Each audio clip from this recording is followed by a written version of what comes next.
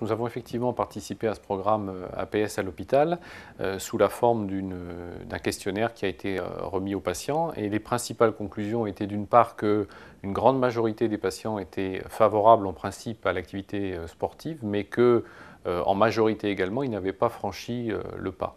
Et ça nous a permis de leur démontrer que finalement, eux aussi, pouvaient être susceptibles de pratiquer une activité sportive et un bon nombre d'entre eux finalement n'y avaient probablement pas pensé.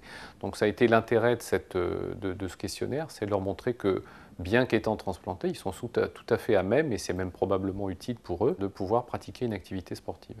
Une bonne partie des patients transplantés, et non pas uniquement les plus jeunes, pourraient tirer un bénéfice de cette pratique. L'essentiel étant effectivement de les en informer et de leur expliquer les avantages, effectivement peut-être aussi quelques risques s'il y en a chez certains patients. Mais on sait qu'aujourd'hui, la transplantation, ça permet d'apporter une réhabilitation non seulement professionnelle, mais aussi d'améliorer la qualité de vie et donc de permettre aux gens de pratiquer le sport de leur choix, puisque la plupart des transplantés peuvent pratiquer un sport. Il faut surtout leur expliquer ce que c'est qu'une activité sportive, c'est-à-dire que ce n'est pas uniquement courir le marathon ou faire un 800 mètres nage libre, c'est effectivement marcher quelques temps, quelques heures, éviter de prendre le métro ou la voiture et s'efforcer de marcher un peu plus longtemps. Pour ceux qui le peuvent, s'essayer ou réaborder des sports qu'ils avaient interrompus pendant la dialyse. Et donc, c'est leur donner l'occasion de se relancer ou de se lancer dans une activité sportive, ce qui n'est pas évident pour une majorité des patients. Il y a l'intérêt d'une activité physique, il y a l'intérêt aussi de probablement une meilleure hygiène de vie, donc une alimentation plus adaptée lorsqu'on a une pratique sportive. Ça peut être intéressant de la développer également pour des patients qui sont diabétiques. Donc les bénéfices ne sont pas uniquement de la qualité de vie, mais aussi de l'hygiène de vie. Et je mets à part évidemment les bénéfices psychologiques de pouvoir démontrer que bien que transplanté, on peut tout à fait avoir des performances qui sont intéressantes. Et les transplantés sont en général fiers des performances de ceux qui pratiquent le sport à un haut niveau pour les Jeux olympiques des transplantés. Donc ça, c'est quelque chose qui est vécu positivement par l'ensemble des patients. Ce programme a été mis en place dans le service en distribuant aux patients à la consultation des questionnaires, éventuellement des brochures d'information. Ces questionnaires et ces brochures ont été remis par les infirmières qui accueillent les patients à la transplantation, et le message a été relayé par les médecins qui voyaient les patients en consultation.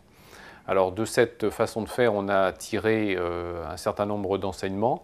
Le premier, c'était que c'était probablement pas suffisant comme action.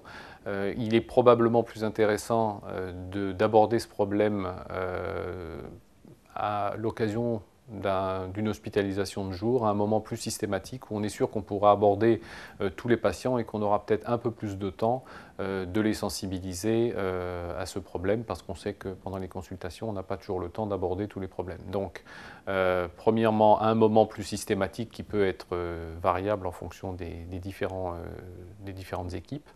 Et puis donc bien relayer ça par l'équipe médicale, l'équipe paramédicale qui doit être motivée. Les messages qu'on a pu tirer de notre modeste expérience, c'est que le premier message, c'est qu'il ne faut pas oublier le sport dans la réhabilitation du patient transplanté. Et c'est vrai que si on est très sportif, probablement qu'on ne l'oublie pas, mais que bon, tous les médecins ne sont pas sportifs, toutes les infirmières non plus. Et donc c'est notre rôle d'essayer de se sensibiliser et de les sensibiliser à l'activité sportive. Ça, c'est le premier message. Le deuxième, c'est d'essayer de choisir, pour expliquer cette activité sportive et son intérêt, le meilleur moyen, le meilleur moment, le moment le plus opportun dans le suivi des patients. Et ça peut être effectivement très variable d'un centre à l'autre. Nous, on va le faire dans le cadre d'une hospitalisation de jour. On est sûr que tous les patients viendront et qu'on aura un peu plus le temps pour leur expliquer. Troisième message, c'est sans doute de bien sensibiliser les équipes paramédicales et médicales leur expliquer aussi à elles ce qu'est une activité sportive et que ça n'est pas uniquement une activité sportive de haut niveau. Et là, je pense qu'il y a bien du travail. Et puis, en dernier lieu, l'expliquer aussi aux patients. C'est pas non plus très simple parce qu'on transplante des gens de plus en plus âgés.